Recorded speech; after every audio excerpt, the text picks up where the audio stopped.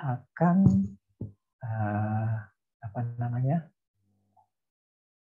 Kita akan ada juga di Google Classroom.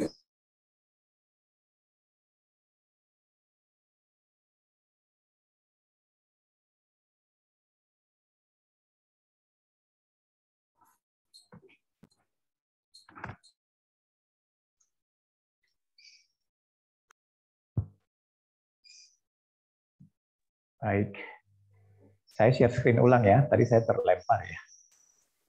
Iya, Bapak.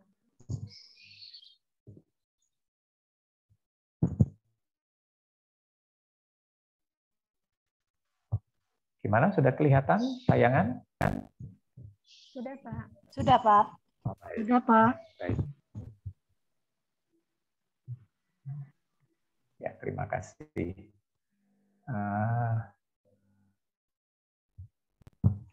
Ini perkuliahan kita.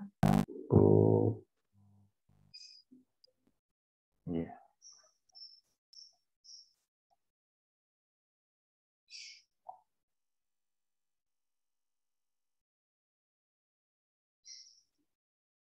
Oke.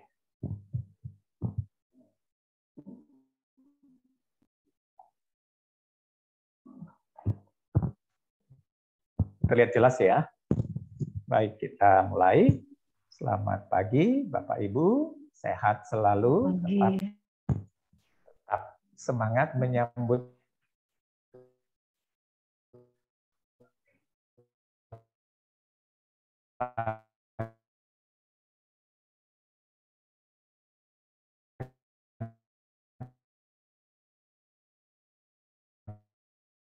yang ceria ya.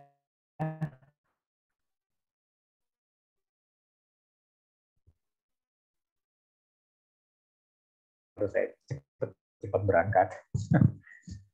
Baik, Bu Ika sudah masuk, nah ini saya menyapa. Belum ya. Baik, kita mulai saja. Ini ke mata kuliah kita namanya psikologi pendidikan lanjut. Jadi lanjutnya ini lebih kepada advance. Advance-nya di sini maksudnya gini. Mungkin Bapak Ibu sudah mendapatkan topik-topik ini.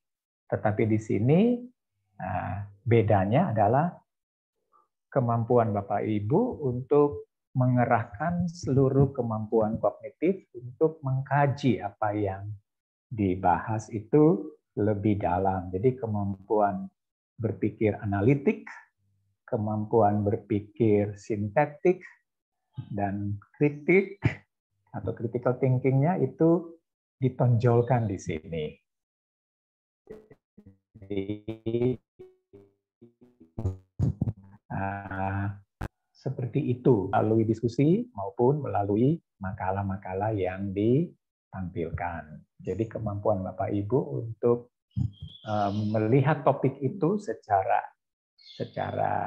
mendalam, orang bilang deep learning ya, seperti itu, di mana pemahaman yang lebih kompleks,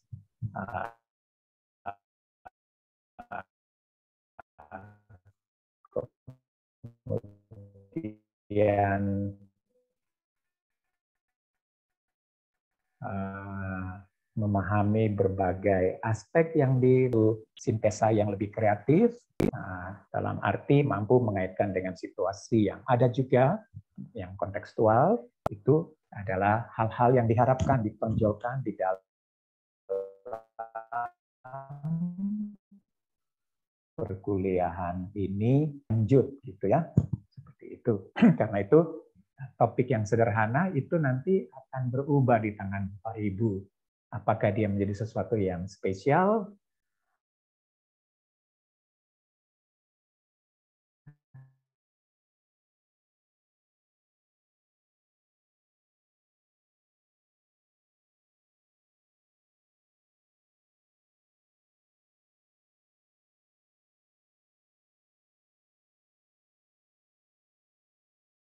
atau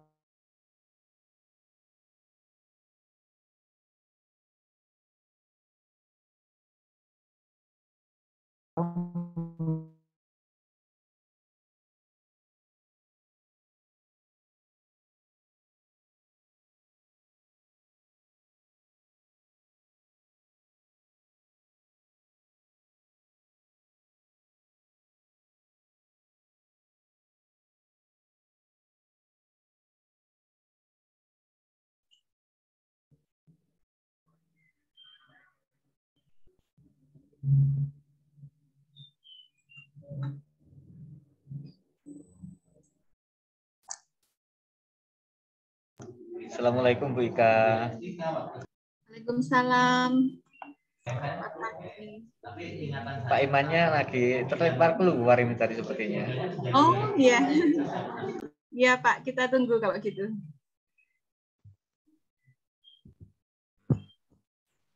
Selamat pagi Bu Ika. Wah, Pagi ini saya Pak Iman. terlempar melulu ininya. Saya Sama terlempar Pak ini. melulu. Iya.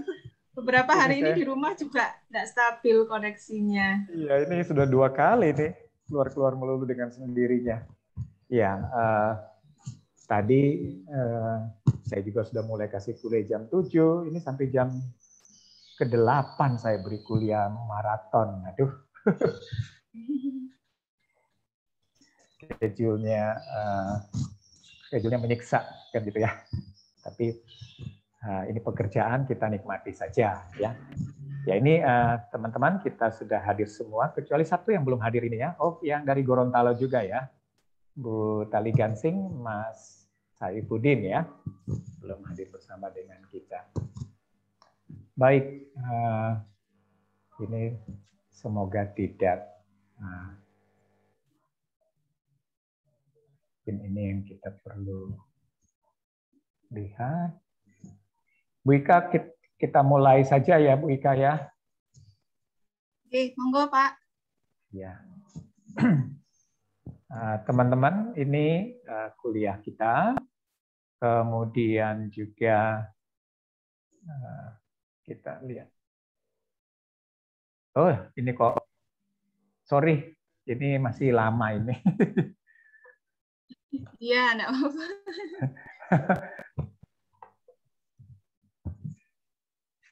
Kadang-kadang tidak diperhatikan yang begini-begininya. Ya. Benar ya Bu Ika ya, saya tulis ya namanya. Iya, Pak.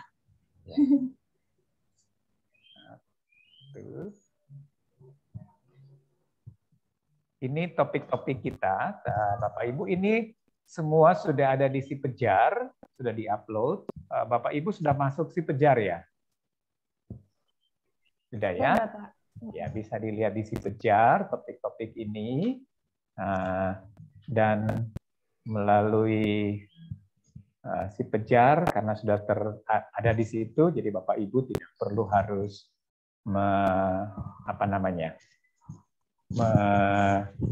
menuliskannya lagi kembali tentang ini, tapi sudah di Si Pejar. Ini topik kita. Kita lihat sepintas belajar menurut pendekatan liberal, kognitif, konstruktivis, humanis. Kita overview saja, tidak perlu dilihat semuanya lebih rinci, karena Bapak Ibu mungkin ada yang sudah lebih tahu, ada yang setengah tahu, atau ada mungkin dari salah satu yang kita tidak terlalu tahu. Jadi kita overview supaya kita dapat gambaran, sehingga kalau nanti banyak orang berbicara kognitif atau liberal, konstruktivis, humanis, atau mungkin transpersonal, Bapak Ibu juga tidak terlalu bingung ya. Kemudian ada topik kedua, creating curriculum with healthy habits of mind at the heart, gitu ya. Sekarang itu kan makin kesini makin kita berbicara social emotional learning ya, SEL ya. Pernah dengar itu makin kuat sekali. Dan ada buku tentang educational psychology, tapi itu mengkritisi educational psychology, bahwa educational psychology makin tidak compatible dengan apa yang terjadi dalam pendidikan. Sehingga kalau senang baca buku, nanti kapan-kapan saya bisa sharing. Sehingga dituntut supaya mereka lebih bisa on the spot mampu memahami problem yang ada. Nah, ini penting sekali. Kemudian tentang The Unschooled Mind, ini cukup lama dari Gartner, tapi saya pikir ini menarik. Ya, Costa ini seorang yang hebat, tidak salah mantan presiden APA ya. Nah, Unschooled Mind dari Howard Gardner ini dengan berbagai bukunya itu banyak mengubah cara pandang di dalam dunia pendidikan seperti itu. Dan memang Gardner ini mengembangkannya untuk dunia kependidikan. Nah, jadi seperti itu. Kemudian multiple intelligences-nya itu pun berkembang menjadi the new horizon, lebih jauh lagi. Kemudian juga Gardner punya 5 mind for the future. Nah, ini menarik sekali terutama bagi bangsa kita ya, 5 mind for the future. Why? Karena di negara ini kan kadang-kadang ada hal-hal yang tidak disadari bahwa seseorang itu harus punya suatu mind, kapabilitas yang tertentu. Misalnya untuk menjadi seorang ibu rumah tangga, main apa aja yang perlu.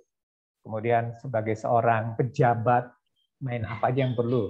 Terus kalau pengambil keputusan seperti misalnya bupati, wali kota, gubernur, presiden, atau seorang yang bekerja di perusahaan di bidang HRD, main seperti apa yang diperlukan.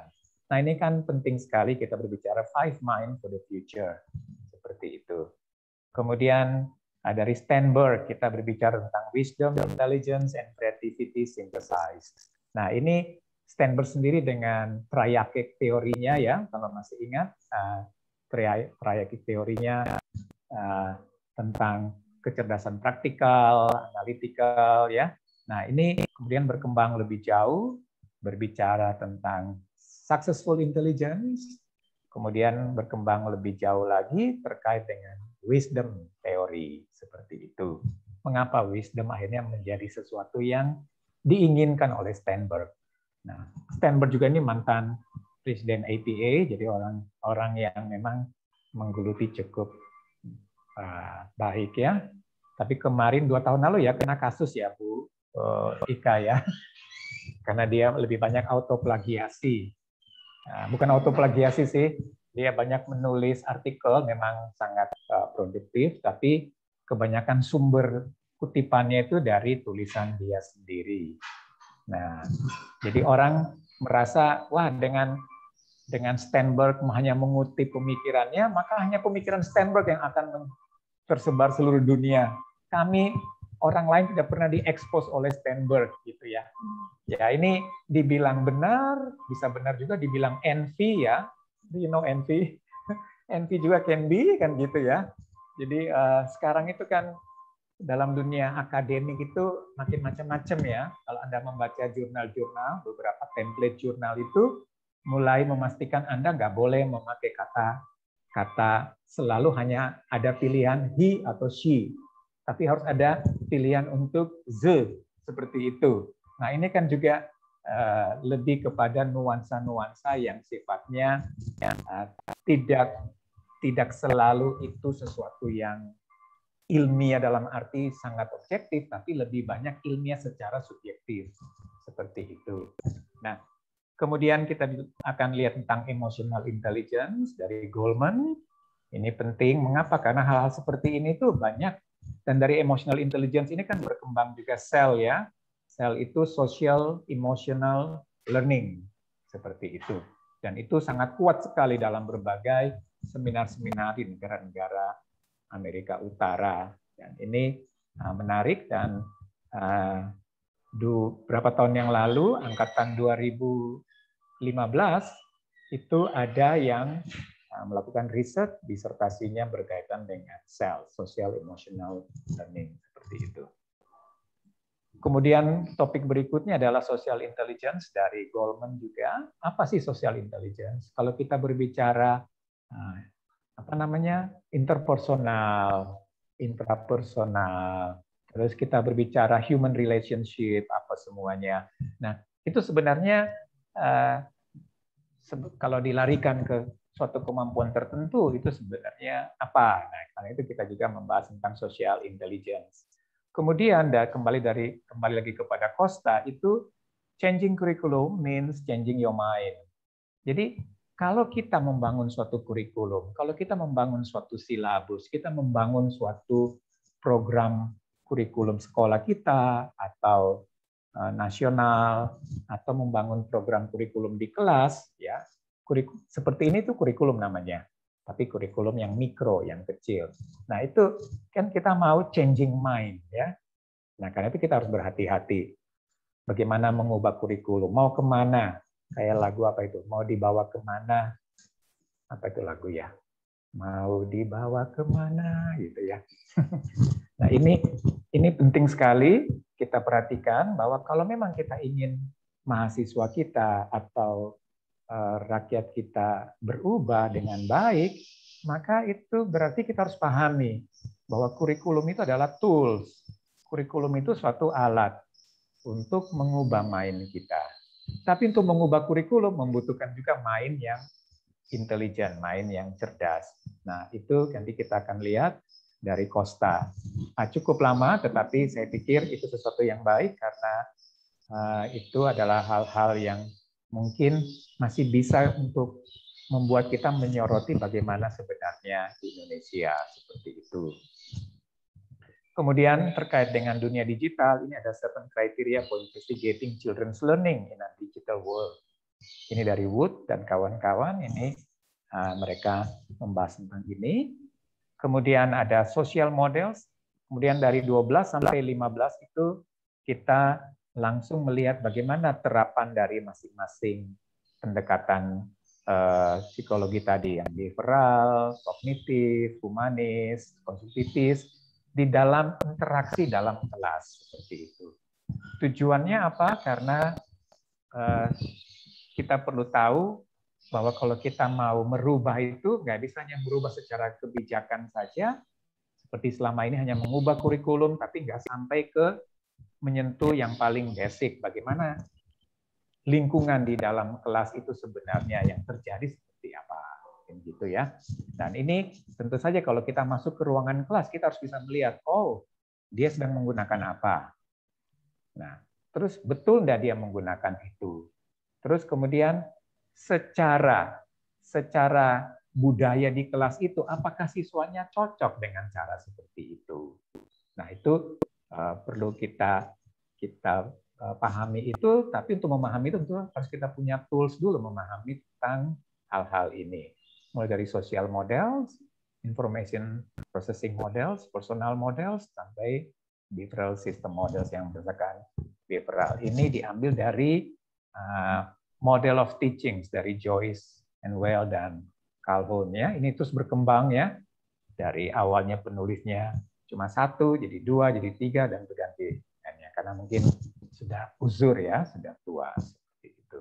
Tapi ini adalah hal-hal yang menarik untuk kita diskusikan, sehingga kita bisa berbicara di level mikro, kita bicara di level yang lebih makro, di mana lebih banyak kebijakan di situ, tapi level mikro di mana kita bisa menolong secara individual.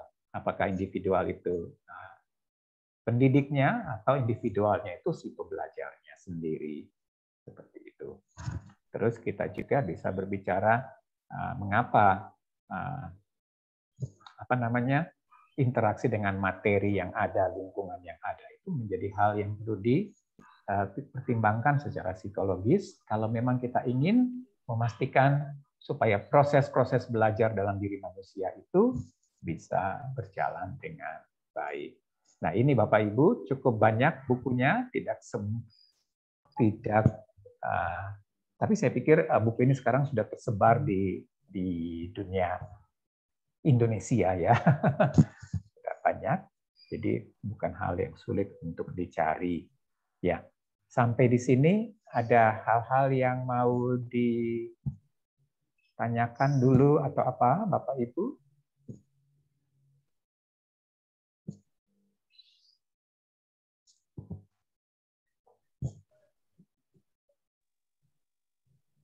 Belum, Pak. Baik, kita lanjut, ya. Nah, fokusnya psikologi pendidikan, educational psychology, kan pada teaching and learning. Bagaimana manusia memproses proses belajar pada diri manusia itu seperti apa? Nah, tentu saja akan berbicara bagaimana kognitif si pembelajar pada anak-anak seperti apa dia memproses informasi, pada remaja, pada orang dewasa seperti apa. Terus bagaimana belajar itu bisa terjadi? Tentu saja kita akan berbicara bagaimana teaching-nya, bagaimana proses teaching yang memperhitungkan aspek perkembangan anak. Bagaimana teaching yang memperhitungkan aspek konteks di mana anak itu belajar. Terus bagaimana teaching itu mempertimbangkan aspek strategi yang dipakai, cara mengevaluasi yang benar, yang tepat, yang bisa mengungkap kemampuan anak. Nah, terus kemudian juga teaching seperti apa yang akan bisa membuat education for all. Artinya teaching yang membuat, nah ini kan semua ada sisi-sisi psikologis yang harus dibahas. Jadi teaching and learning itu tidak hanya berbicara mereka yang ada di education, tapi juga mereka yang ada di psikologi, khususnya psikologi pendidikan. Seperti itu. Nah, kalau orang bertanya, apa itu belajar? Sebenarnya learning itu, kenapa saya kasih tanda kurung belajar? Karena kadang-kadang ada orang mengartikan belajar itu kata kunci dalam bahasa Inggris itu study. Ya, study itu berbeda ya dengan learning. Mungkin kalau seperti ini, atau ada yang mau sharing kepada saya yang ngomong? Ada yang mau sharing apa itu learning? Monggo, Bapak Ibu. Mohon izin Pak Immanuel. Silakan Bu Dewi. Ya, mungkin nanti mohon diluruskan jika ada yang keliru. Menurut saya belajar atau learning itu adalah sebuah proses yang dilakukan secara sadar dan sengaja sehingga menimbulkan perubahan perilaku ataupun sikap yang dimiliki oleh individu tersebut. Seperti itu Pak Immanuel. Oke. Jadi belajar itu menurut Ibu Dewi, nah itu sadar ya, dengan sengaja, dan itu suatu proses untuk mengubah perilaku. Yang lain ada? Saya Pak Iman. Monggo. Kalau menurut saya belajar Sri Yunita Taligansing. Oh iya, maaf karena di punya saya kok nggak kelihatan semua wajah setelah saya share screen. Silakan Bu Taligansing. Ya, jadi kalau menurut saya belajar itu adalah perubahan. Jadi perubahan itu entah dia dari tahu ke tidak tahu atau dia dari tidak tahu ke jadi tahu, itu yang disebut dengan belajar. Jadi contohnya misalnya seperti dosen. Jadi terkadang kita ketemu dosen itu kan kita masih belajar. Belajar yang bagaimana sih orangnya, bagaimana karakternya, baru kita akan mengikuti apa yang diinginkan kayak gitu.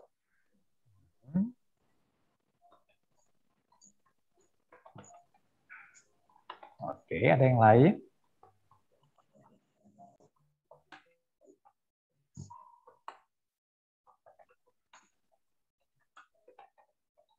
Oh, tiba-tiba hilang. Yang tadi Bu Taligansing apa poinnya? Oh, tiba-tiba jadi gara-gara mengetik. Intinya adalah perubahan. Belajar itu adalah perubahan. Oke, ya. Ada yang lain lagi? Pak Iman, mohon izin. Ya, silakan. Belajar adalah, menurut saya Pak Iman, belajar adalah suatu proses perubahan perilaku yang berdasarkan dari pengalaman. Oke. Kita tambahkan poinnya ya. Ada yang lain lagi? Mohon izin Pak. Silakan.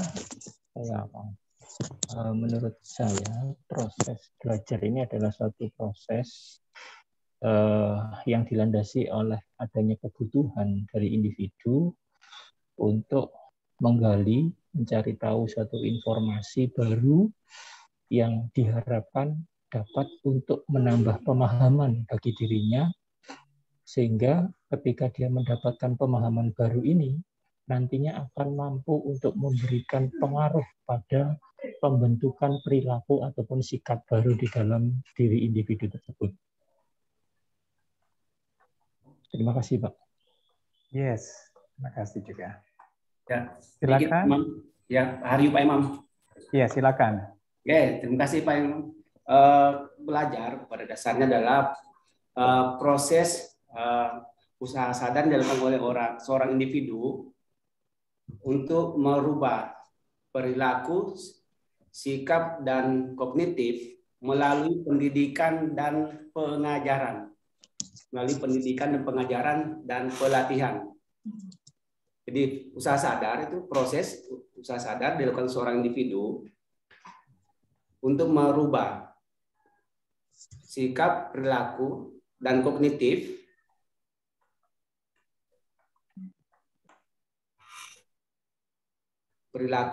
dan kognitif melalui pendidikan, pengajaran, dan pelatihan. Oke. Itu Pak Iman dari saya. Terima kasih. Baik. Ya. Ada yang lain lagi? Kalau kita diskusi itu enak ya, terlihat macam-macam gitu ya, saling melengkapi, atau mungkin saling beririsan. Ada yang lain mau tambahkan? Monggo.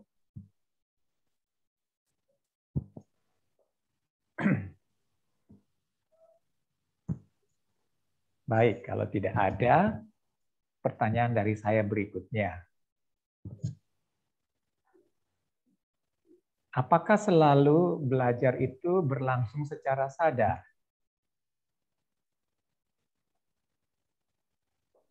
Ya. Oke.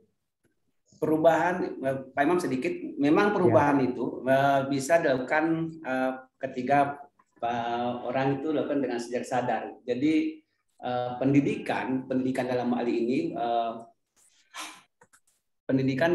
ini, bahwa hanya dilakukan oleh orang yang memang dalam keadaan sadar sehingga menimbulkan suatu perubahan. Artinya perubahan itu ada konsekuensi yang harus dipertanggungjawabkan baik secara sosial, moral maupun agama.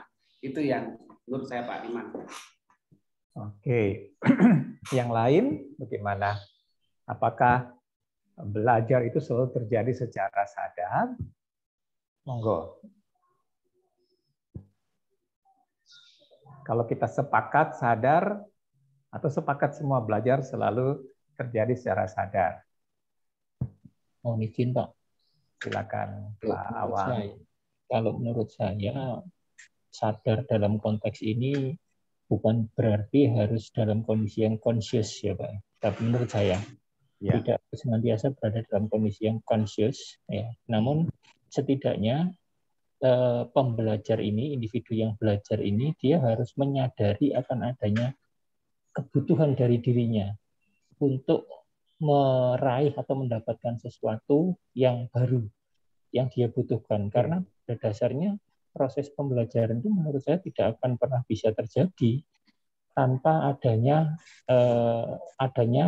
kebutuhan yang muncul dari dalam diri individu, meskipun paparan informasi yang diterima sangat tinggi. Terima kasih, Pak. Oke, ada yang lain lagi? Apakah saya orang Rembuk ya, Pak Iman. Silakan, Bu Lili. Saya merenung juga dengan pertanyaan ini gitu. Kadang-kadang saya itu kalau kilas balik, kok tadi saya bisa ya? Contoh naik sepeda. Saya kan tidak dengan sengaja berusaha memprogram kaki, tangan, atau berenang gitu. Dan kalau bisa ya bisa gitu. Nah mungkin sadarnya di sini adalah kalau saya terus menerima bahwa saya mau berubah gitu, bahwa saya kan ada perubahan sikap, perubahan perilaku. Bisa jadi sih mendapat kesempatan yang sama untuk belajar, tapi saya menolak gitu untuk berubah, menolak untuk mengubah cara pikir. Dan kalau seperti itu ya saya kira dengan sadar tidak mau belajar ya Pak ya. Cukup bulat ya Pak ya. Kan ada orang yang diajari tapi nggak mau gitu loh Pak, nggak mau berubah. Maunya dengan cara saya sendiri yang lama gitu. Misalnya dengan adanya pandemi ini, dosen-dosen di tempat kami harus mau tidak mau mengajar secara daring, tidak bisa lagi tatap muka. Ada orang yang sulit sekali berubah sehingga cara mengajarnya masih sama dengan beberapa puluh tahun yang lalu. Tapi beberapa dosen dengan cepat harus beradaptasi gitu, Pak. Misalnya dengan flip learning dan sebagainya. Kok jadi panjang ya? Gitu, Pak. Thank you. Iya. Terima kasih juga Ibu Lili. Sadar tidak mau berubah, kira-kira gitu ya Bu Lili, meskipun kesempatannya sama kan. Betul, gitu Pak. ya. Betul. Dengan kata lain stagnan gitu ya. Iya, Pak. Berarti belum belajar Pak Iman. Belum. Iya. Kalau begitu kira-kira semuanya sadar. Berarti ada pertanyaan Pak Iman belum terjawab. Apakah, atau sudah dijawab kali ya, berarti jawaban semua teman-teman bahwa semua belajar pasti selalu sadar. Demikian? Atau masih ada yang mau, karena tadi banyak yang menyebut sadar gitu. Makanya Pak Iman tanya, apakah belajar itu juga bisa terjadi tanpa dia sadari? Tadi Pak Awang sudah menjelaskan tentang conscious gitu ya. Apakah bisa terjadi secara unconscious gitu? Atau subconscious gitu ya. Monggo.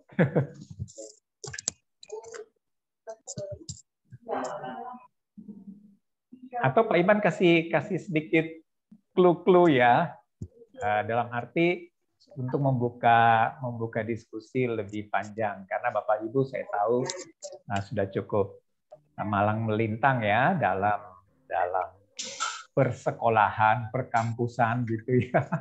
Jadi pasti punya banyak sekali supaya kita lebih, tadi awal introduction bahwa kuliah ini kata lanjut itu adalah untuk kita lebih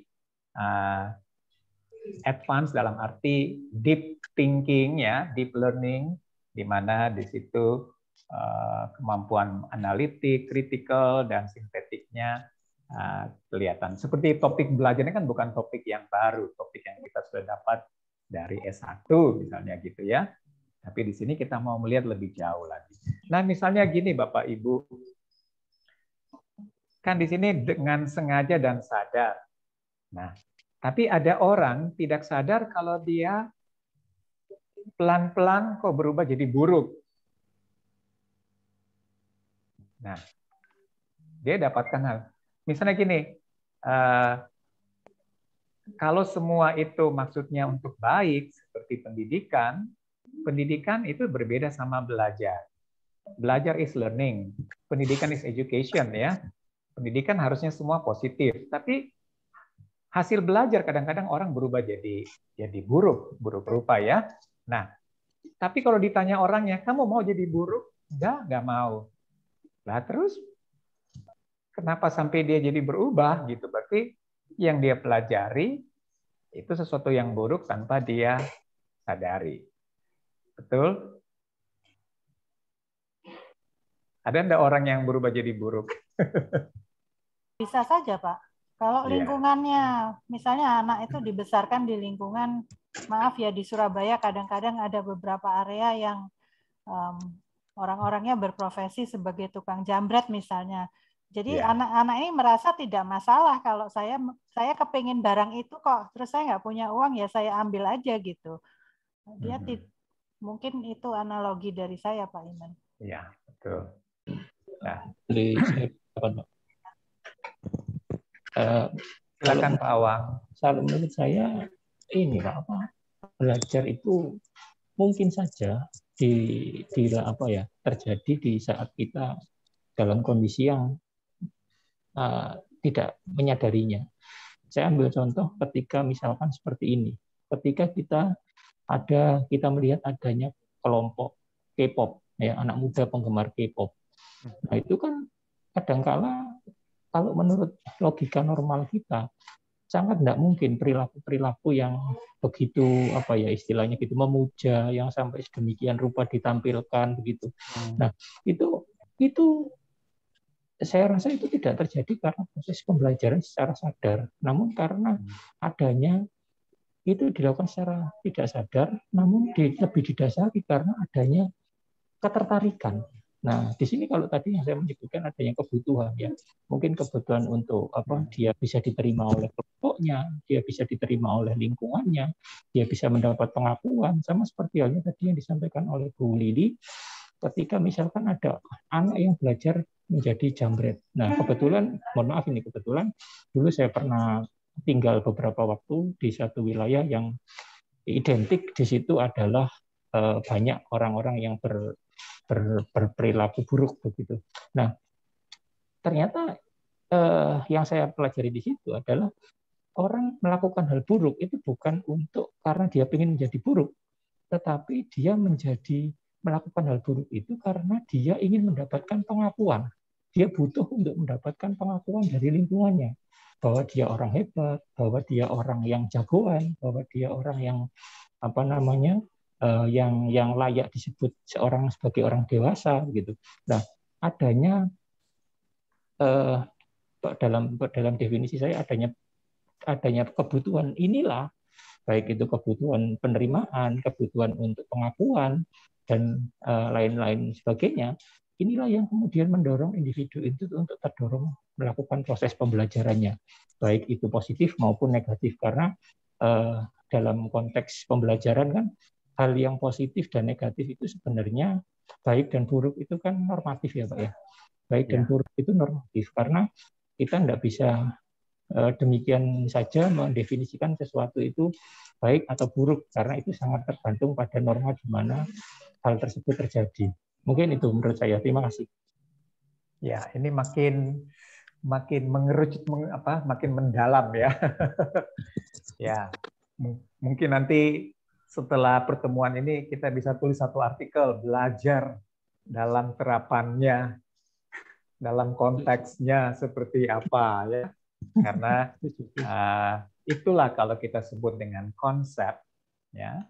Kalau kita berbicara konsep, maka pengertian konsep itu orang tidak hanya tahu definisinya, tapi mampu menguraikan di dalam memberikan contoh karakteristiknya sampai mana yang bukan belajar, mana yang belajar. Nah, dari pendapatnya Pak Awang ini jadinya berbeda juga sama Bu Lili. Bu Lili mengatakan jadi pencopet itu tidak sadar. Tetapi Pak Awang mengatakan bisa saja orang itu jadi buruk karena dia punya kebutuhan yang lain, ingin pengakuan, ingin eksistensi, kan gitu ya. Seperti permisi ya, Pak, bisa saja sih ya. Misalnya gini, ya. kami sering mengadakan pengmas di wilayah Gang Doli. Ya. Kalau di daerah sana profesi itu diterima gitu secara global, and that's okay. Malah kalau saya berprofesi sebagai dosen dan tinggal di sana mungkin jadinya aneh sendiri ya Pak, gitu. Jadi mungkin juga pengakuan ini ada dalam arti ya sudah semua orang di sana sudah bisa menerimanya, bahkan kalau saya beda sendiri saya yang aneh gitu. Saya setuju juga sih dengan Pak Awang dalam hal ini, gitu Pak Iman. Baik. Untuk jadi pencopet, perlu nggak dia belajar secara khusus, cara bagaimana membaca korbannya, teknik untuk mengambil, perlu dia belajar nggak? Perlu Pak, menggambarnya. Bahkan ada pelatihan khususnya Pak. Saya dengar begitu, ada sekolahnya. Di Pulau Seberang itu biasanya. Jadi ada proses sadarnya di situ ya. Nah, tapi mungkin ada enggak yang betul-betul bisa kita bagikan di dalam diskusi ini yang betul-betul proses tidak sadar? Ada enggak? Proses tidak sadar. Tapi disebut belajar.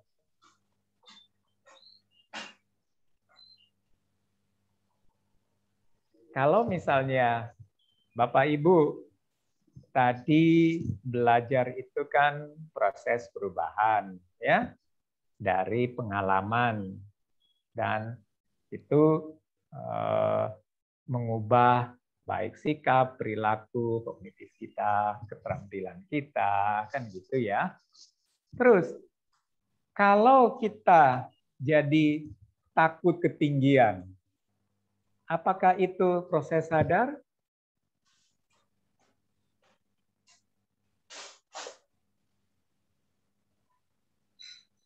Takut guru killer. Takut sama guru. Karena gurunya dianggap harimau. Apakah real gurunya harimau?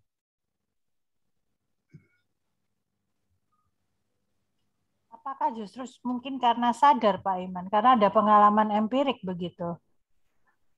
Pernah melihat guru itu marah pada teman, contoh, sehingga saya takut dimarahi juga.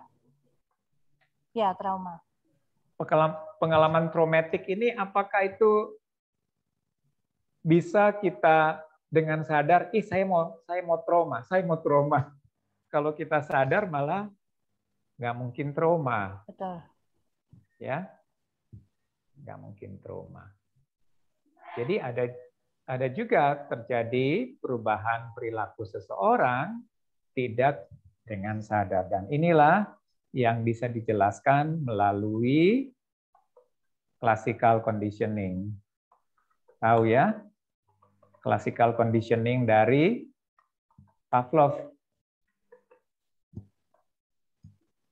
Ya, Bapak Ibu, kalau kita mau misalnya orang itu takut ketinggian, padahal di atas gedung yang kokoh kuat cuma naik lantai 2, itu ketakutan. Nah, ketakutannya ini beralasan enggak ketakutannya? Secara rasional masuk akal? Tidak masuk akal secara rasional. Harus dilihat secara emosional. Secara emosional, yes, kan gitu bisa dijelaskan. Dan apakah dia takut karena dia belajar jadi takut secara sadar? Enggak. Itu terjadi tanpa disadari. Kalau misalnya gini, kalau kita nonton film ya, filmnya itu menakutkan. Tapi kalau kita paksa pikiran kita untuk sadar selalu, itu kan cuma film. Itu tembakannya cuma tembakan main-mainan, kok nggak mati orangnya. Itu teman saya kok saya tahu, tetangga saya dia masih hidup. Jadi saya nggak nangis nonton filmnya. Jadi nggak ikutan nangis, nggak ikutan sedih, nggak ikutan tegang gitu ya. Karena kita memaksa diri kita untuk tetap sadar secara rasio kita dipaksa untuk seperti itu. Sehingga ketakutan nonton filmnya atau apa jadi hilang kan gitu ya. Tapi kan kalau orang tidak sadar, dia akan dibawa dengan film itu. Saat film itu menakutkan, dia reaksinya ketakutan. Saat filmnya sedih, dia ikut nangis. Saat filmnya berubah jadi melankoli, dia jadi melo juga seperti itu. Nah, kayak begitu. Jadi dia tidak menjadi dirinya. Dia dibawa dengan situasi seperti itu. Jadi dia bukan leading. Jadi dia tidak menyadari. Nah, seperti itu.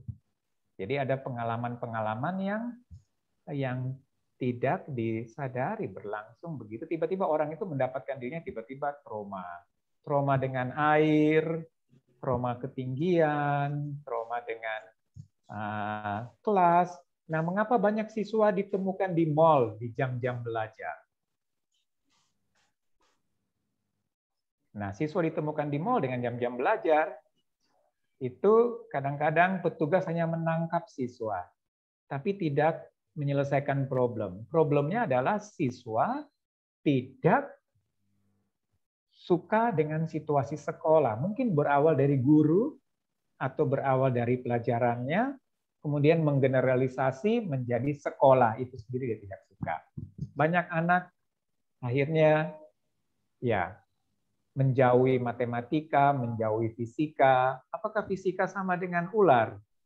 Kalau saya tanya, enggak. Kenapa kamu takut?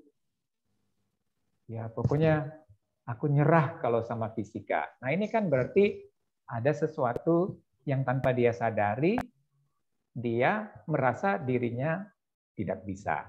Kan berarti perubahan perubahan perilakunya terhadap fisika itu tidak disadari karena responnya lebih kepada respon emosional dan fisiologis yang dijelaskan melalui classical conditioning dari Pavlov ya. Jadi kalau begitu belajar apa sih? Bapak Ibu?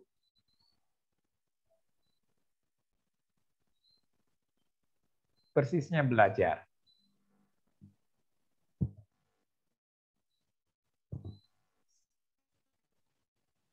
Atau intinya apa saja?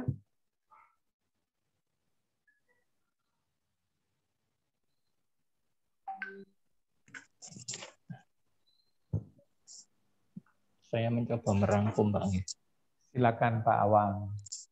Kalau dari diskusi kita tadi, saya mungkin dari beberapa pendapat teman-teman juga, mungkin kalau pandangan rangkuman yang berhasil saya tangkap itu adalah belajar itu adalah suatu proses. Ya, yang pertama itu belajar itu suatu proses yang didasari dengan adanya kesadaran pada diri individu, di mana kesadaran ini dibangun atas adanya kebutuhan dari diri individu tersebut untuk untuk mendapatkan informasi baru, sehingga diharapkan dari proses pembelajaran yang terjadi itu akan mampu untuk merubah individu tersebut secara lebih utuh, atau mungkin mulai dari kognisinya, afeksinya hingga behavior-nya. Baik. Terima kasih, ada Pak. yang lain? Apakah masih kata sadar itu apakah masih menjadi karakteristik, masih atribut belajar secara spesifik kata sadar? Sementara ada orang mengalami perubahan perilaku karena, dan kita sebut itu trauma.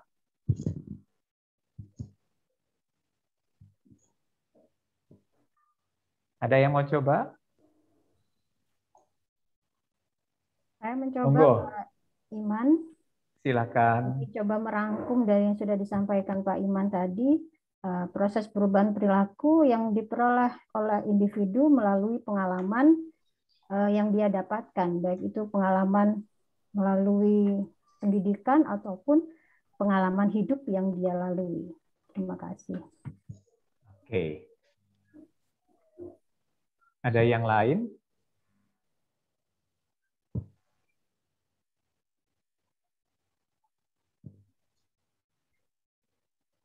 Oke, proses perubahan. Belajar itu kan berubah ya, dari tidak tahu menjadi tahu. Berarti kata kunci pertama adalah proses perubahan. Itu kata kunci pertama. Nah, dari tidak tahu menjadi tahu, dari tidak trauma menjadi trauma, dari apa namanya? Dari bahasa kasarnya, maaf, dari bodoh menjadi pintar, kan gitu ya. Nah, terjadi perubahan seperti itu. Dan itu apakah, pertanyaan Pak Iman, apakah semua perubahan itu pasti selalu belajar?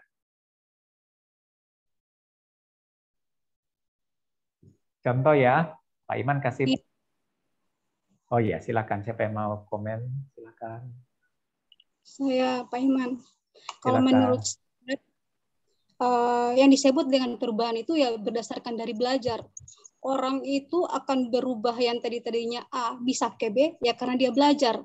Karena kembali lagi bahwa setiap orang itu pasti menggunakan alasan. Jadi apapun yang dia lakukan pakai alasan.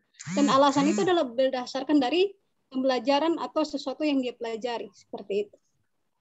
Baik. Apakah saya bawa ini ya, pernyataan ini. Bentar. Saya pindahkan ke sini, Bapak Ibu. Nah, apakah semua perubahan perilaku itu yang didapatkan melalui pengalaman itu berangkat dari suatu peristiwa belajar. Contoh, misalnya ya, siapa di sini? Kenal bintang film Arnold Schwarzenegger ya? Pasti semua ya. Saya nggak tahu kalau artis yang lebih muda-muda, karena saya zaman tua-tua. Maaf, Arnold Schwarzenegger. Kan dia merepresentasikan lelaki yang macho, lelaki yang hebat. Nah, si Arnold ini, misalnya ini cuma karangan Pak Iman ya.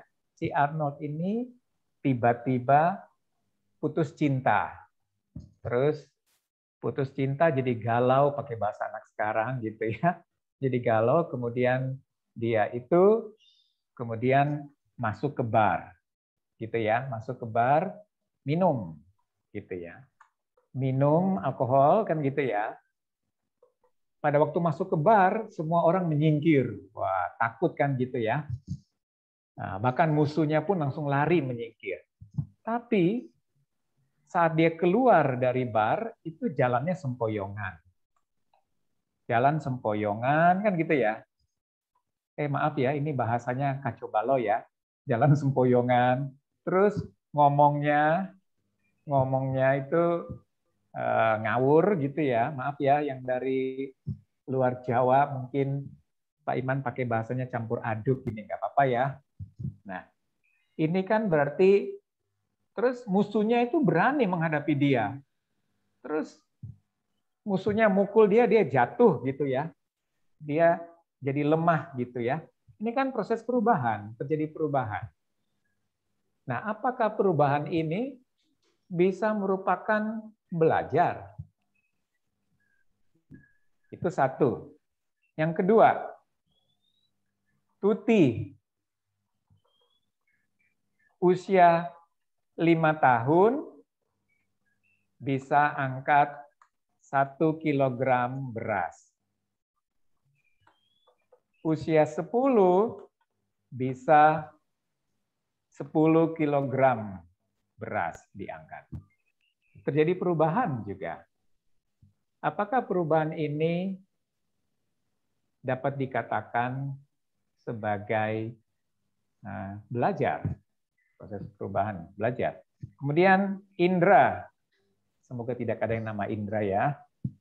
Indra. Nah, saat puber, saat remaja, mulai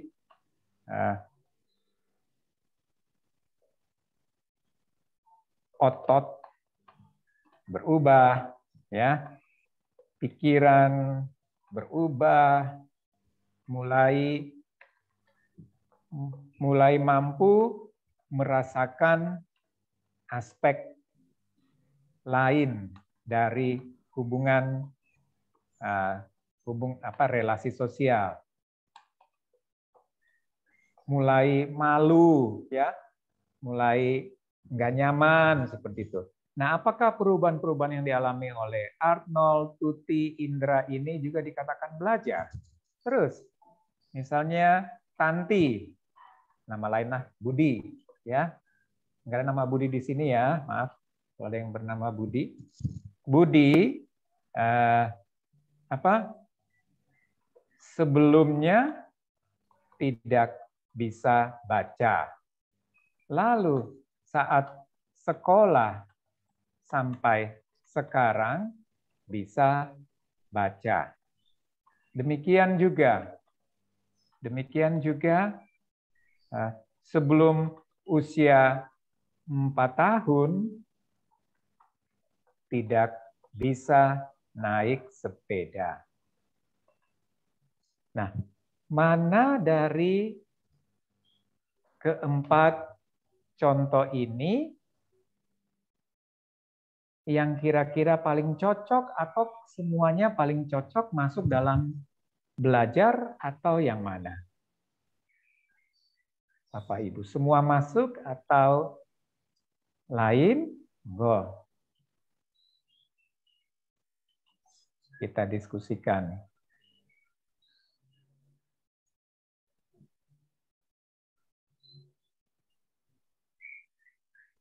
Ada yang mau mulai? Maaf Pak Iman, Ya. saya mau mencoba menjawab Pak Iman. Silakan, dari contoh, Bu Merli. Dari contoh keempat ini, yang masuk dalam proses belajar itu adalah masalah membaca. Contohnya Budi sebelumnya tidak bisa baca. Lalu saat sekolah sampai sekarang bisa membaca. Nah ini proses belajar. Nah kalau yang tiga Arnold, contoh Arnold, Tuti dan Indra itu proses alami karena dia pertumbuhan dan perkembangan, sehingga seperti otot berubah menjadi perubahan, terus pola berpikir berubah sehingga adanya hubungan relasi sosial. Itu dari saya sih Pak Iman. Monggo. Ya. Terima kasih Bu Merli. Yang lain? Oke Pak Imam, Pak Haryu, Pak Imam. Silakan Pak Haryu. Oke. Kalau Bang Arnold ini kayaknya bukan belajar ini, Bang Arnold ini. Dia lagi minum ini tadi. Karena belajar itu ada proses sadar tadi itu.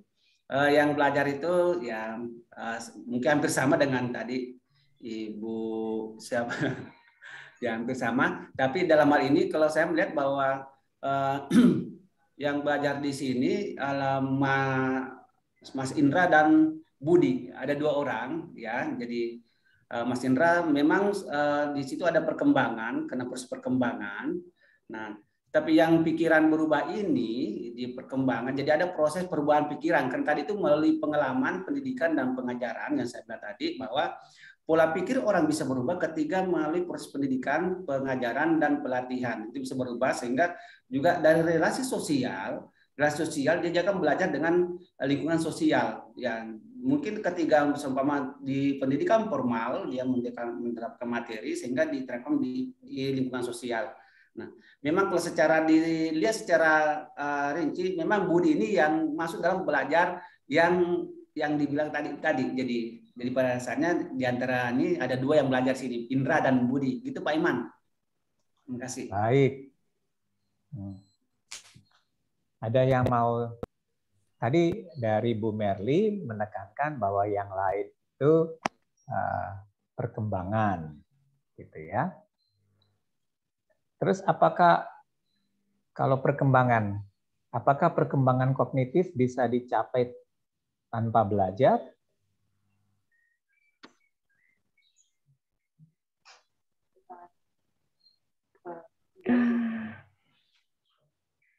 Nggak apa-apa ya, ini Pak Iman terus bertanya ya. Di sini maksudnya supaya kita bisa diskusi panjang lebar ya, lebih dalam supaya nanti kita juga bisa saling memperkaya. Monggo. Iya Pak Imam. Nggih. Izin ya Pak Iman nggih. Iya. Ada tambahan kalimat di dalam konteks belajar itu, kalau menurut saya sebelum nanti ke contohnya Pak Iman. Ya. Proses perubahan perilaku di situ, perilaku yang dimunculkan itu sifatnya relatif permanen Pak Imam. Jadi bukan sesuatu yang sifatnya tiba-tiba. Gitu, tetapi betul-betul perilaku itu akhirnya menjadi sebuah habit, kalau itu bentuknya perilaku, atau sebuah skill atau keterampilan yang relatif terus berkembang ketika itu bersifat atau keterampilan. Ya, ada tambahan satu lagi. Proses perubahan perilaku, yang pertama, yang kedua, relatif permanen. Terus yang ketiga, diperoleh melalui pengalaman. Ya, atau bisa saja juga dalam bentuk kemampuan yang berkembang, Pak Imam, belajar itu. Meningkatnya keterampilan atau skill yang dimiliki oleh individu. Ya, oke. Sekarang ya, silakan. Kalau dilihat dari contohnya, Pak Arnold itu menurut menurut saya juga bukan belajar. Itu. Kemudian kalau poin yang kedua, ketika si Tuti ini proses dia mengangkat itu memang sebuah skill yang memang ingin dia kembangkan, dia latih terus itu, kemudian nanti siapa tahu jadi atlet angkat besi begitu ya misalnya, maka dia belajar di situ, dia belajar. Tapi kalau proses ini dilakukan ya secara tiba-tiba dan tidak sengaja, maka itu bukan dalam konteks belajar. Kemudian kalau Indra ini menurut saya juga belajar Pak Imam, karena di sana ada konteks perubahan perkembangan yang dimiliki dan pertumbuhan juga, sehingga itu nanti akan berpengaruh terhadap perilaku dan kemampuan dia saat remaja ini, gitu. Kemudian Budi ini juga masuk dalam konteks belajar tadi. Oke. Jadi terima kasih. Ada yang mau tambahkan? Nggak apa-apa ya kita berkutat-kutat di belajar ini. Karena kalau kita lebih dalam lagi memahami belajar, maka nanti proses selanjutnya kita lebih aware selalu dengan tidak terjadi belajar, tidak terjadi sesuatu perubahan, kan gitu ya. Oke, sehingga kita selalu berpikir apapun yang kita lakukan, kita selalu bertanya, apakah ada sesuatu yang kita dapat lesson learn-nya, kan gitu ya. Oke. Pak Iman, maaf Pak Iman. Silakan, Bu Merly. Masalah perkembangan kognitif, Pak Iman. Untuk perkembangan kognitif itu tidak dilai dengan proses belajar. Tapi kalau kemampuan kognitif itu dilai dengan proses belajar. Karena seperti teorinya Jean Piaget, bahwa tahap-tahap perkembangan kognitif itu dilai ada masa pra-operasional, operasional konkret, seperti itu Pak Iman. Itu menurut saya itu. Jadi kemampuan kognitif itu dipengaruhi oleh proses belajar. Seperti itu. Oke. Ini makin rame ya. Oke. Bapak Ibu, ini kan dari 4 contoh, ada yang mengatakan Arnold bukan belajar. Kalau kita katakan bukan belajar, maka pertanyaan berikutnya, alasannya apa? Itu bukan belajar. Terus Tuti, bukan belajar. Terus alasannya apa? Berarti harus ada reason, alasan, penjelasan yang betul-betul bisa kita berikan. Sehingga nanti kita bisa memilah-milah mana perubahan yang betul-betul belajar, mana yang bukan. Terus kalau ini perkembangan, Posi itu perkembangan, kan gitu ya. Terus kalau ini belajar, oke. Kalau begitu, kalau Pak Iman tanya kalau ini bukan belajar, alasannya apa ya? Ya ini Pak Iman cuma mengambil dari pernyataan Bapak Ibu ya. Bapak Ibu bilang bukan belajar, terus Pak Iman tinggal tanya, ya alasannya apa? Gitu ya. Supaya ada diskusi ya, supaya ada yang kita bisa gali lebih dalam. Monggo siapa yang mau? Kenapa Arno? Silakan. Boleh ya, ini saya mau menyampaikan pandangan itu pernah saya Pak Iman. Silakan. Ini Pak Iman, kalau menurut saya dari keempat contoh yang diberikan ini semuanya ini bisa dikatakan belajar, bisa dikatakan tidak. Nah, kapan kita bisa mengatakan ini sebagai satu proses belajar? Itu ketika orang yang terlibat di dalamnya itu mengambil makna dari proses yang terjadi. Saya ambil contoh begini, ketika Arnold ini awalnya jadi orang yang kuat, yang gagah gitu ya. Ketika dia mengalami satu traumatic event, dia kemudian terpuruk, datang ke bar, minum alkohol, mabuk, sempoyongan, lalu kemudian dipukuli orang, dia kalah begitu. Nah, ketika dia merasa dalam kondisi seperti ini, dia merasa wah saya enggak boleh nih kayak gini terus, kalau kayak gini terus saya kayak gini terus saya akan jadi satu yang tidak yang tidak baik buat diri saya. Maka disitulah dia ada proses belajar, sehingga nanti akan menjadikan ketika dia berada dalam kondisi seperti itu, dia tidak akan mengulang respon yang sama, dia tidak akan lagi datang ke bar dan lain sebagainya. Seperti itu menurut saya. Tapi jika dia tidak belajar dari kondisi itu, maka dia akan tetap terpuruk di dalam kondisinya dia, yang dia akan tetap mabuk-mabukan, dan setiap kali ada kejadian seperti itu, dia responnya juga akan sama seperti itu, tidak muncul respon yang baru. Nah, sehingga belajar atau tidaknya itu tergantung pada bagaimana individu yang terlibat ini memaknai situasi yang dihadapi. Menurut saya itu. Nah, begitu juga untuk si Tuti. Ketika si Tuti ini dia menganggap ini sebagai satu proses pembelajaran yang memberikan makna bagi dia, memberikan peluang bagi dia untuk mengembangkan dirinya, maka dia bisa jadi ya, ketika dia usia 10 tahun, dia tidak hanya mengangkat 10 kg beras, tapi dia bisa jadi sudah bisa mampu mengangkat 50 kg beras. Kenapa? Karena dia dalam prosesnya itu, proses pembelajarannya itu, dia tidak hanya tergantung kepada perkembangan ototnya saja, perkembangan fisiologisnya saja, tapi dia punya kebutuhan untuk itu.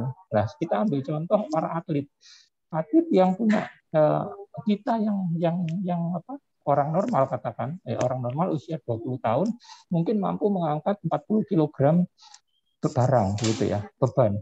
Nah, tapi bagi atlet yang punya makna tertentu dalam prosesnya dia melatih dirinya untuk mengangkat beban, maka dia dalam usia yang sama dengan kita, perkembangan yang sama dengan kita, dia bisa mendapatkan hasil yang pengangkatan yang jauh lebih besar, lebih berat begitu. Nah, artinya menurut saya, apakah proses ini menjadi proses belajar atau tidak, kembali kepada bagaimana individu yang terlibat di dalam proses tersebut memaknai kejadian tersebut. Mungkin itu Pak Imam. Terima kasih. Baik. Ada lagi?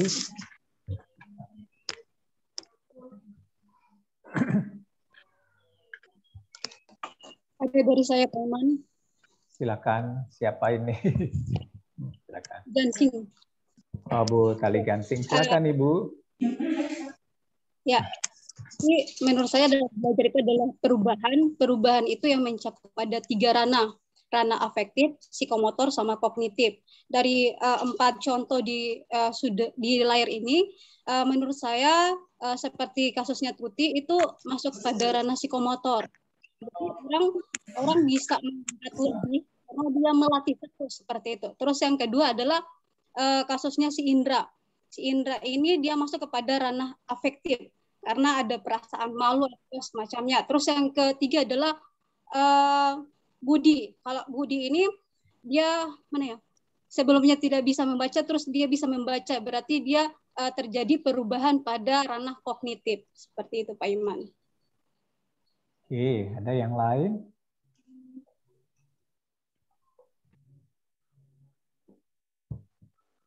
Oke. Menarik ya. Kita perbincangkan ini. Sudah, kalau ada pertanyaan seperti ini ya, kan itu teman kelas mengatakan belajar adalah proses perubahan perilaku yang relatif permanen, diperoleh individu melalui pengalaman. Nah, ada 3 kata kunci di sini. Pertama, belajar itu merujuk kepada atribut suatu proses perubahan perilaku.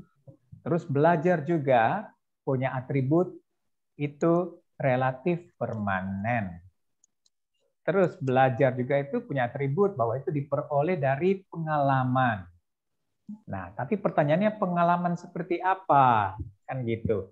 Nah, ini semua ke-4 orang ini punya pengalaman. Nah, tapi pengalaman ini menunjukkan bahwa mereka semua menunjukkan perubahan perilaku. Nah, perubahan perilaku. Tapi apakah semua perubahan perilaku ini masuk dalam kategori belajar? Saya kasih lagi satu contoh ya. Misalnya gini ya. Contoh berikutnya siapa ya? Habibie. Habibie anak pintar. Saat ujian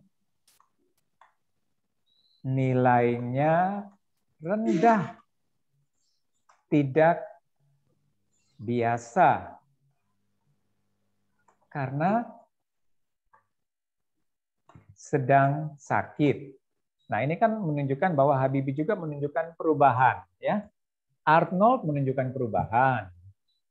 Ya, perubahan.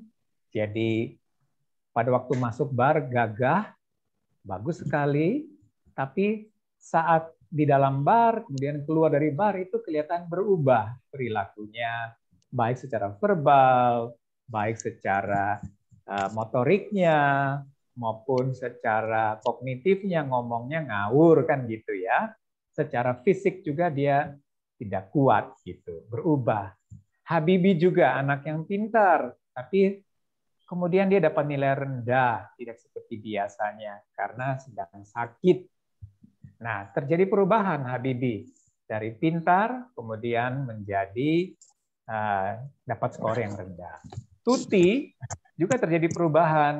Usia 5 tahun itu bisa angkat 1 kilogram beras. Usia 10 tahun bisa angkat 10 kilogram beras. Terjadi perubahan ya, proses perubahan. Indra juga saat remaja otot-ototnya mulai kelihatan. Kemudian dia mulai sadar, aku ternyata dulu gampang dibohongin ya. Sekarang kok aku ngerti gitu. Nah, terjadi perubahan pada Indra. Pada waktu dia masih anak-anak, dia dibodohin oleh orang tuanya. Kamu tidur ya, nanti kalau kamu bangun nanti papa akan gini. Padahal itu cuma alasan ayahnya aja. Atau gini, dia dibilang oleh ayahnya, Indra, nanti jam 1 ada teman papa mau datang. Tapi kalau dia datang, bilang ya, papa sedang tidur. Terus teman ayahnya datang jam 1. Halo Indra, ada papa? Terus Indra jawab, sedang tidur. Om.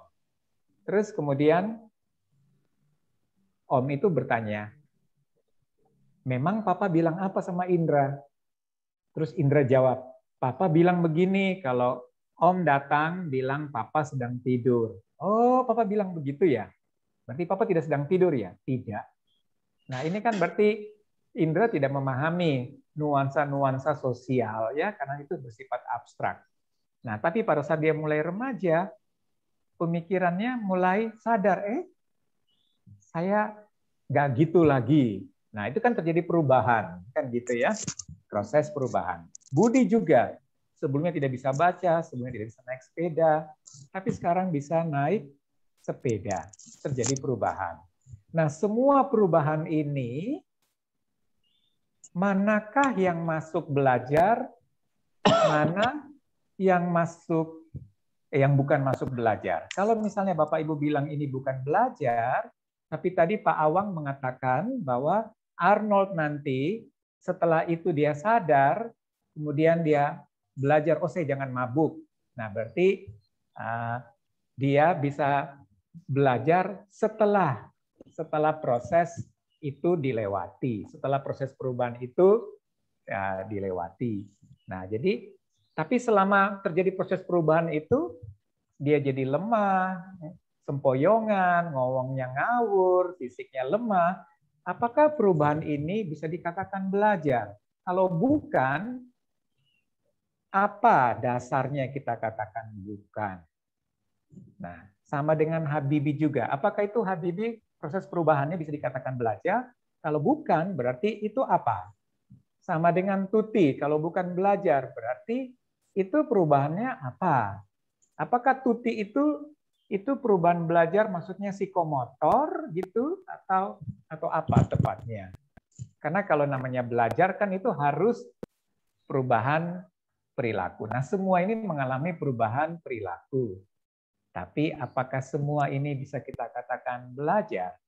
Kalau bukan, alasannya apa?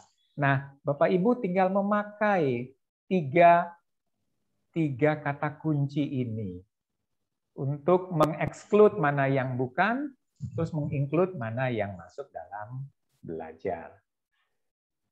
Kalau kita lihat Arnold, apakah orang mabuk bertahan lama?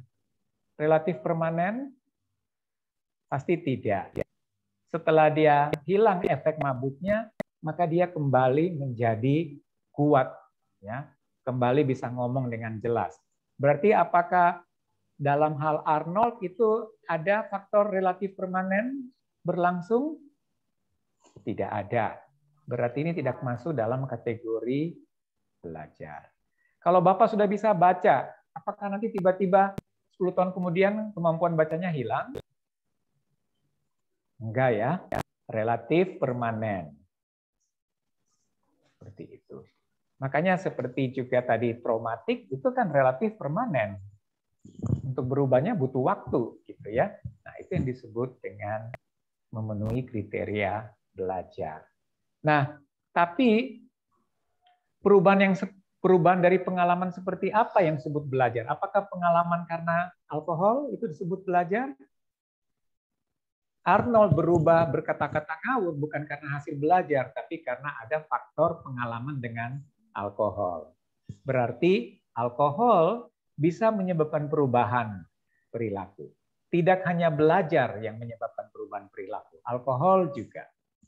Kedua, Habibie, sakit penyakit bisa menyebabkan perubahan pada manusia. Tapi ini tidak perlu dipelajari. Ini bukan hasil belajar. Kalau kita sakit, otomatis kita berubah kemampuannya. Perilaku kita berubah. Dan ini tidak karena kita belajar. Tidak, karena faktor sakit penyakit. Kemudian Tuti, dia bisa angkat 10 kg.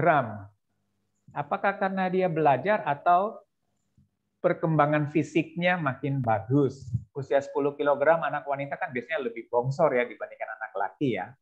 Sehingga bisa lebih kuat juga. Nah, apakah kemampuan dia mengangkat itu karena dia belajar atau karena perkembangan fisik? Bertambah usia, fisiknya makin kuat. Seperti itu.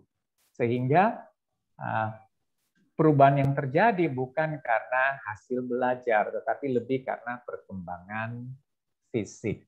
Seperti itu. Nah, fisik ini berarti lebih kepada fisiologisnya. Tadi Pak Awang sebut ya, fisiologisnya. Kemudian indera.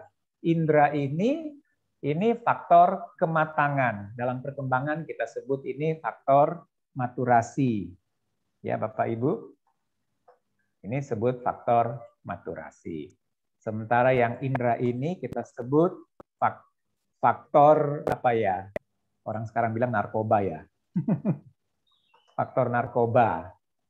Nah, kalau ini kan faktor penyakit. Kemudian kalau yang Tuti ini faktor perkembangan fisik. Ya kan? Seperti itu. Otomatis orang kalau makin gede pasti bisa ngangkat lebih berat dibandingkan waktu dia masih bayi. Pada usia 2 tahun ya dia nggak kuat ngangkatnya. Bukan berarti dia kalau misalnya bayi bisa dilatih angkat berat, wah hebat dong ya. Tetapi menunggu perkembangan fisik. Jadi lebih kepada perkembangan fisik perubahan itu terjadi. Nah ini maturasi, kalau ini betul ini ya, belajar. Kenapa? Karena berlangsung lama, terus itu tidak bisa dengan sendirinya, harus melalui proses belajar itu sendiri. Nah, kalau ada pertanyaan proses perubahan perilaku, apakah semua perubahan perilaku itu dapat dikatakan belajar? Jawabannya pasti tidak. Ya kan? Mengapa? Karena harus ada syarat, tidak hanya terjadi perubahan perilaku, tapi harus relatif permanen.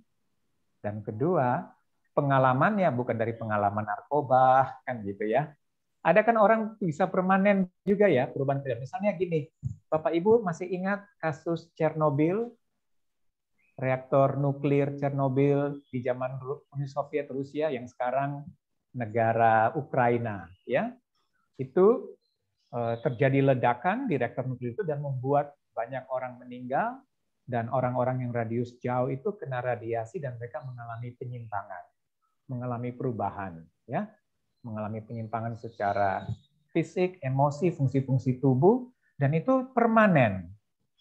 Dan itu merubah perilaku mereka. Tapi itu tidak diperoleh melalui suatu proses belajar. Tapi itu diperoleh karena faktor-faktor kimiawi, radiasi. Nah, karena itu kalau ada pertanyaan, pengalaman semacam apakah yang tidak dapat dikategorikan sebagai pengalaman belajar? Ya, pengalaman dengan narkoba, kita berubah perilakunya karena kita lagi tenggak obat, itu perubahan itu bukan karena hasil belajar, tapi itu hasil kimiawi. Seperti itu. Sampai di sini Bapak Ibu kira-kira ya silakan. Siapa yang mau berbicara monggo. Jadi Mas begini Pak Iman. Sarifudin silakan ya. Mohon maaf tadi sinyal di kampung saya ini jadi agak telat masuk. Ya. Begini Pak Iman, saya ingin diskusi terkait belajar. Salah satu studi kasusnya itu tentang tentang misalnya ada hukuman kepada orang lain sehingga orang yang melihat itu dia tidak ingin melakukannya juga. Misalnya hukuman mati atau hukuman yang berpenjara itu. Apakah itu masuk dalam kategori belajar? Gimana? Bisa diulang lagi? Orang ya, melihat. Iya, misalnya studi kasus terkait hukuman misalnya di penjara. Banyak kan ada orang yang fungsi dari hukuman itu agar orang lain tidak melakukan perbuatan yang sama. Ya. Ya, apakah itu juga termasuk dalam proses belajar? Terima kasih, Pak. Ya. Di belajar itu kan tadi kita sudah sampaikan bahwa tidak berbicara sadar atau tidak sadar, dan belajar itu kita dapatkan melalui pengalaman. Pengalaman itu baik pengalaman datang dari lingkungan luar maupun pengalaman yang kita sendiri dapatkan dari dalam, misalnya orang kontemplasi, ya berpikir seperti itu ya. Nah, dari pengalaman di penjara tentu saja harapannya orang itu berubah kan gitu ya. Tapi kenyataannya tidak selalu seperti itu. Ada orang yang memang mungkin berubah dalam pengertian bagaimana saya bisa baik supaya cepat dapat remisi. Ya, cepat dapat remisi supaya cepat keluar. Tapi ada orang yang betul-betul ingin berubah karena dia menyadari jangka panjang itu tidak baik bagi saya dan mungkin bagi keluarga saya. Sehingga dia berpikir lebih jauh, bukan hanya lagi melihat dirinya, tapi melihat lingkungan yang lebih luas seperti itu. Dan dia menyadari bahwa saya punya potensi, saya bisa berubah. Saya karena punya potensi, saya bisa menjadi apa saja kalau saya mau, kalau nanti saya keluar. Karena itu saya pastikan bahwa saya keluar, saya nanti tidak akan kembali ke tempat ini. Nah, tentu saja ada yang bisa mencapai pemikiran-pemikiran seperti itu dengan cara dia perenungan sendiri, kontemplasi sendiri, tapi ada mungkin yang butuh bantuan dari orang lain untuk dia mencapai ke level pemikiran seperti itu melalui diskusi, melalui sharing pengalaman, melalui hal-hal yang mungkin melalui tontonan-tontonan tertentu yang kalau dia orang tua kan mungkin dia bisa lihat tentang bagaimana anak merindukan kehadiran orang tua, itu mungkin akan membuat dia jadi, wah, saya harus berubah gitu ya. Ada yang menunggu saya di rumah, misalnya seperti itu. Dan bersyukurlah kalau semua orang yang di penjara, nanti dia bisa mengalami perubahan yang tuntas. Tapi pertanyaannya, apakah di penjara melaksanakan penanganan, kan sekarang bukan disebut penjara ya, tapi lapas ya. Lapas ya. Tapi apakah isinya betul-betul pernah dipikirkan dipikirkan dengan baik, apakah efektif atau tidak. Dan pasti efektif, cuma efektifnya berapa persen kah, kan gitu ya. Terus kalau banyak yang kambuh-kambuhan itu berarti apa yang harus disiapkan oleh lapas kalau ada yang sering kambuh seperti itu. Nah, ini yang perlu dipikirkan oleh lapas itu sendiri. Tapi apapun yang dialami oleh orang dalam penjara itu adalah proses belajar. Apakah dia jadi buruk atau jadi baik, itu adalah perubahan perilaku yang kita sebut dengan belajar, ya. Kecuali kalau dia berubah karena obat-obatan, nah itu nggak belajar. Masa gini, dia minum alkohol kemudian dia bilang, aku mau mabuk ya, nggak perlu. Tunggu saja, nanti alkohol itu akan bereaksi membuat tubuhnya jadi berubah, gitu ya. Cara omongnya, pikirannya, cara dia bergerak itu akan mengubah semuanya. Tapi perubahan itu hanya bersifat sementara, tidak permanen, sehingga tidak bisa dikatakan sebagai belajar. Karena itu, seperti apakah mereka belajar di dalam lapas, kita harus pastikan bahwa atribut-atribut belajar itu proses perubahan perilaku, terus relatif permanen, kemudian melalui pengalaman yang bukan karena narkoba, bukan karena sakit penyakit, bukan karena maturasi, tetapi betul-betul karena suatu proses yang tadi sebut pelatihan, pembelajaran, apa semua seperti itu. Kalau maturasi nggak perlu dipelajari. Kalau maturasi bisa dipelajari, berarti nanti perempuan bisa belajar bagaimana menumbuhkan kumis, kan gitu ya. Nah, tapi sekarang bisa melalui kedokteran ya, melalui kedokteran disuntikan hormon lelaki supaya tumbuh kumis. Tapi kan bukan karena kita belajar, karena kimiawi, hormon yang disuntikan ke tubuh kita. Jadi itu bedanya. Ya. Tapi maturasi menyebabkan perubahan dalam kehidupan kita ya. Maturasi menyebabkan perubahan dalam kehidupan kita. Belajar juga menyebabkan perubahan dalam hidup kita. Perkembangan fisik juga menyebabkan perubahan dalam diri kita. Nah, semua ini kita katakan sebagai masuk dalam hal yang kita sebut proses perubahan. Dan ini masuk dalam kategori namanya perkembangan. Kalau kita bicara perkembangan, itu kita berbicara proses perubahan. Proses perubahan itu bisa terjadi karena faktor belajar, pertama, faktor maturasi, dan faktor pengalaman, experience. Seperti itu. Nah, yang kita belajar di sini adalah belajar. Apa yang kita bahas di sini adalah salah satu dari perkembangan itu, yaitu belajar. Makanya kenapa Indra sama Tuti, sama Habibie, sama Arnold tidak masuk dalam kategori yang disebut dengan belajar. Seperti itu. Oke? Tapi mereka masuk dalam kategori perubahan perilaku. Tapi perubahan perilakunya tidak masuk dalam kategori sebagai belajar. Sampai di sini mungkin kita bisa semakin lebih spesifik ya, membedakan mana belajar, mana yang bukan, gitu ya. Mana yang masuk, oh itu karena maturasi, kematangan. Oh itu karena pengalaman-pengalaman yang bukan disebut dengan belajar atau maturasi. Seperti itu. Oke, gitu. Iman bisa tanya lagi, Pak. Boleh. Maaf ini. Pak, mungkin saya ingin tahu tentang secara filosofis pembelajaran dan pendidikan itu, Pak. Mungkin dari segi perbedaannya, Pak. Didikan dan pembelajaran. Jadi perbedaannya di mana, Pak? Oke. Ini tergantung siapa yang kita kutip ya. Siapa yang kita kutip pendidikan itu apa. Nah, kalau bagi saya pendidikan adalah semua pengerahan usaha yang dengan sengaja dan terencana untuk meningkatkan harkat manusia. Makanya kalau manusia itu perilakunya buruk, kita katakan dia tidak terdidik. Ya. Terus kalau dia tidak terdidik, kita anggap tidak humanis dia, perlu ditingkatkan harkat manusianya. Kan gitu ya. Terus kenapa perlu terencana dengan sengaja? Karena dalam setiap pendidikan pasti ada kurikulum yang dibangun.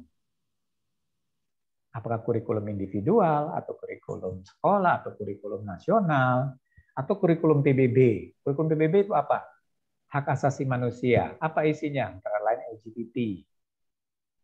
Harus diakui. Misalnya seperti itu. Nah, apakah itu akan menjadi pendidikan Indonesia? Nah, itu harus berpulang kembali. Nah, bagaimana kita memformulasikan apa itu pendidikan. Tapi kalau belajar, dia tidak berpikir baik atau buruk. Belajar itu proses perubahan perilaku yang relatif menetap, yang disebabkan oleh suatu pengalaman yang bukan karena faktor maturasi, bukan karena faktor sakit penyakit, atau faktor keletihan. Misalnya kalau Anda letih, Anda skornya jadi buruk kalau ikut tes. Atau karena faktor-faktor radiasi dan lain-lain. Seperti itu. Oke. Tapi kalau pendidikan selalu orang punya tujuan yang baik. Tapi tergantung dari filosofi yang kita ambil. Misalnya kalau Anda mengambil memegang hak asasi manusia yang dikembangkan oleh PBB, nah itu berarti ya harus siap untuk menerima atlet transgender, harus siap untuk menerima di buku sekolah anak-anak ada papa-papa dan mama-mama mengurus anaknya. Jadi seperti itu. Nah, dan itu dianggap juga bagus kan gitu ya. Nah, cuma bagus itu kan bersifat kontekstual akhirnya sekarang kan. Nanti teman-teman akan belajar di cross cultural psychology ya tentang hal itu. Nah, itu kira-kira. Jadi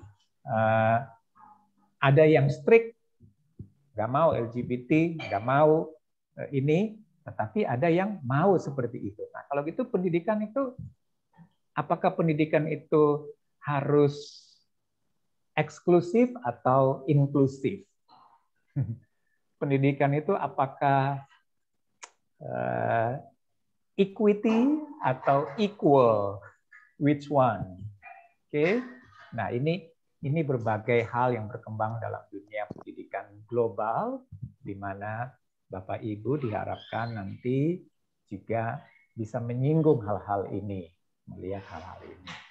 Nah, kalau kita bicara filosofis, nah ada yang kepingin bagaimana menjaga nilai-nilai yang sudah terbukti secara turun-temurun, secara empirik, secara historis terbukti berjalan dengan baik. Tapi ada yang melihatnya secara pragmatis. Apa yang berlaku sekarang, yang lebih ini. Nah, ini kan semua tergantung filosofis hidup kita. Dan juga karena dunia makin menjadi global. Global itu artinya menjadi terkoneksi satu dengan yang lain. Sehingga Bapak Ibu harus berhati-hati. Makanya mengapa kita menekankan bagaimana mengedepankan kemampuan berpikir kritis, kemampuan berpikir sintetik, analitik, ataupun kemampuan berpikir kreatif, sehingga di dalam kita berkolaborasi dengan orang lain, di dalam kita berkomunikasi dengan orang lain, kemampuan-kemampuan creative thinking, kemampuan-kemampuan critical thinking itu bisa berperan sehingga kita tidak menjadi follower, pengikut, menjadi pengguna, menjadi user, tetapi kita bisa ikut memberikan pengaruh, menjadi influencer ya. Sekarang ada buzzer, ada segala macam. Tetapi kita tidak melihat situ, tapi kita melihat sebenarnya apa esensi kita, manusia. Pendidikan itu untuk menjadikan manusia menjadi lebih manusiawi ya, tidak saling menghancurkan, tidak saling membunuh, tidak saling menjelekan. Tapi harusnya pendidikan itu membawa manusia makin bagus. Tapi gejala sekarang, pendidikan di dunia makin hebat, banyak orang bergelar, seperti juga di Indonesia makin tinggi pendidikan dibandingkan dekade-dekade sebelumnya. Tapi perilaku di Indonesia juga tidak tambah bagus, tambah buruk ya. Berarti korelasi antara tingkat pendidikan makin tinggi sama perilaku itu berbanding terbalik. Harusnya kan orang makin terdidik, perilakunya makin beradab. Tapi ternyata makin banyak orang pintar itu makin tidak beradab dalam bertindak. Mereka mampu mengelabui orang lain, mereka mampu mengkorup, mereka mampu membuat orang lain bergantung, tidak berdaya, mereka mampu membuat orang lain menjadi slave, menjadi budak. Is it education that we need? No, kan gitu ya. Ini bukan pendidikan yang kita inginkan. Seperti itu. Jadi karena tadi Mas Sarifudin membawa ke level psikologi, jadi ke level filosofi, jadinya Pak Iman bicara value, bicara nilai. Oke. Tapi nanti Anda juga akan dapatkan filsafat ya dalam perkuliahan semester ini atau mungkin semester depan ya. Seperti itu. Baik. Terima kasih Pak Iman. Ada lagi? Oh, waktunya habis ya ternyata. Saya harus pindah ke kelas lain ini. Aduh, sorry. Oke. Jadi Bapak Ibu silakan dipelajari. Materinya ada di si Pejar. Kemudian nanti silakan dibagi kelompoknya. Mungkin minggu depan saya masih masuk sama Bu Ika untuk presentasi.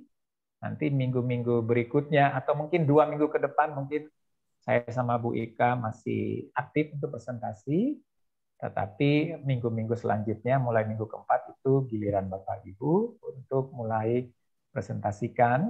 Tugasnya adalah tugas chapter itu setiap bab dibahas chapternya, nanti ada chapter-chapternya, dilihat nanti di si Pejar ada.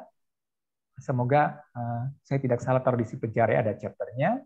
Nanti bukan satu buku ya, ada chapternya.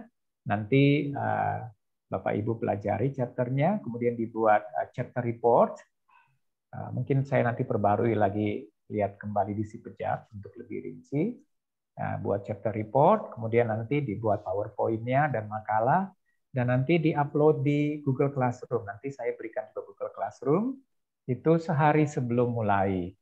Sehingga semua teman-teman bisa membaca, bisa mempersiapkan diri, sehingga pada saat kita pertemuan seperti ini, itu ajang untuk Bapak Ibu berdiskusi dan exercise deep thinking-nya. Seperti itu ya. Oke. Waduh, sampai tidak ada waktu untuk saya berikan juga ke Bu Ika. Lupa ini. Ya, enggak apa-apa, Bu Ika, ternyata sudah jam 10.36, Bu Ika. Iya, betul. Saya itu ada kelas lain. Iya. Itu Bapak Ibu untuk kegiatan kita. Nanti saya lihat lagi sama Bu Ika di si Pejar supaya bisa lebih rinci sedikit ya apa yang akan dikerjakan. Ya. Ada satu pertanyaan kalau mau diajukan, monggo. Kalau tidak ada, mungkin kita akhiri saja ya pertemuan seperti itu.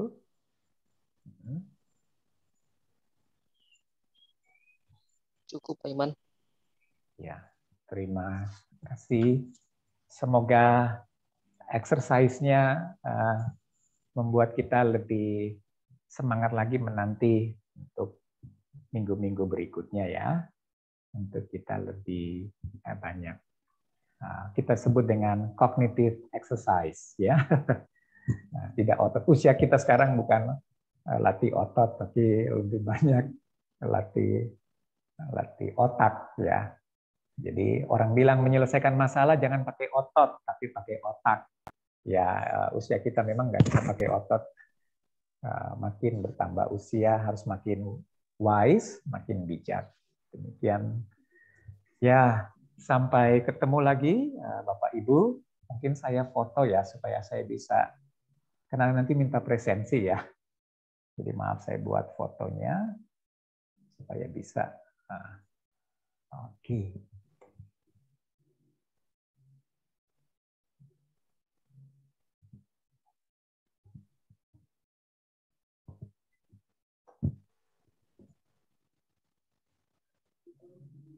Ya, terima kasih Bu Ika. Selamat pagi teman-teman semua. Selamat pagi. Semoga lancar pekerjaan di tempatnya masing-masing hari ini ya. Amin. Ya. Semoga kita bisa cepat ketemu ya, karena kalau ketemu itu diskusinya lebih nyaman ya. Iya, amin Pak Iman. Ya, itu saja. Ya, terima kasih Pak Iman. Terima kasih Pak Iman. Terima kasih Pak Iman. Terima kasih Bu Ika. Terima kasih Pak Iman. Bu Ika, maaf, kelupaan waktunya habis. Oh, enggak apa-apa. Iya Pak, masih menyimak sekarang. Ya, terima kasih Pak Iman. Terima kasih. Ya, sama-sama Bu Ika. Ya. Saya izin live ya. Pamit Pak Iman, ya terima kasih.